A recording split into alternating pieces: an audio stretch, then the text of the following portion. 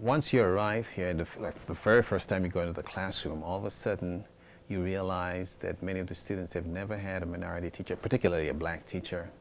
And so their attitude is, tell me, show me that you know anything at all that I don't know.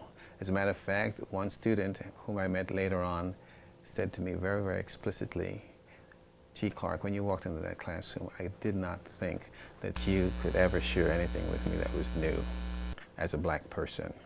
And so I was very much taken aback by that. And so every time I go into the classroom, when I first started teaching, I would always think, what are they thinking about me as a black person? Are they here to learn? Are they disappointed? As a matter of fact, one person was so disappointed, she asked the dean to drop the class because she couldn't understand my accent. So that's okay too. Now, I think about a situation I saw on television one time where a black pilot was being interviewed. And he said that when he was in the cockpit one day, a white female walked onto the plane, saw him, and got off the plane and said, I don't think I want to fly with an affirmative action pilot.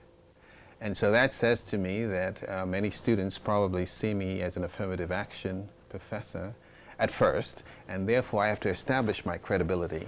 I have to show that I know what I'm talking about. And once that has happened, everything is fine. But initially, there's a test as to what do I know. We all want to feel like we're important, that we belong, and that we have something to contribute, and that we're not just tokens. No one wants to feel as they're tokens.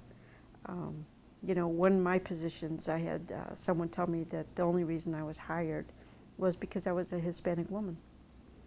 And that was very upsetting to me, because I know that I'm an intelligent, educated woman, and I have a lot of experience to bring to any position. But that was her perspective. And that's not a position that any of us want to be in, where you feel you were just hired because of your color of your skin. I see my role as a faculty member at a traditionally white institution as so much greater than myself.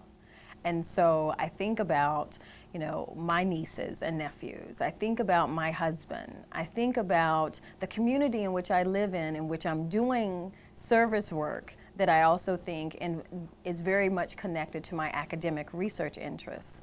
And that helps me in terms of what I feel like I suffer in coming to the university. But some of the tolls that I think it takes on me personally is there is a level of frustration where you say, why am I doing this?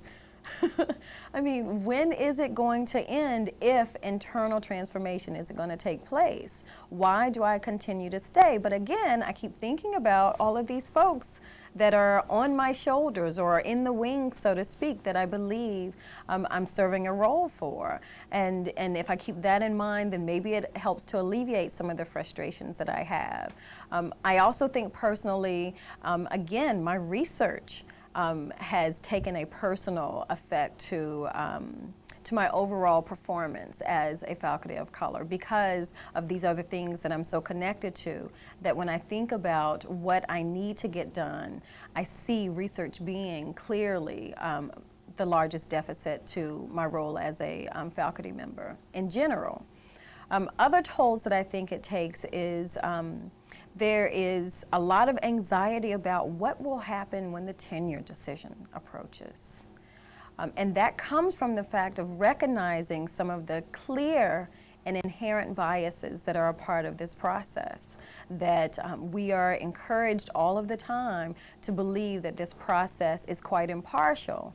But the reality is that we recognize partiality does play a part, that it seeps its way into the decision, so that if at the higher level of the institution, if your name is not familiar or common, or the type of research that you do is not deemed favorable, all of those things can certainly affect my personal career, but can affect what role I feel like I'm playing at this university. And that, of course, creates a great deal of anxiety.